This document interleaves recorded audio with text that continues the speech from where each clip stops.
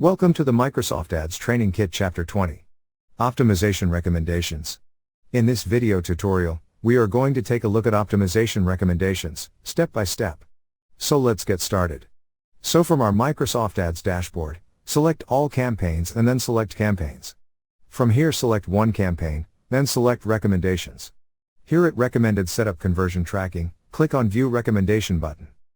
Here it suggests what you can do, Performance Summary and Action. Now select another campaign and select Recommendations.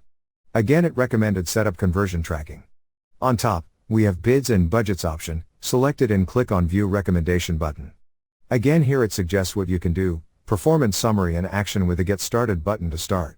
So this is all about optimization recommendations. Thank you for watching. Please proceed to Chapter 21.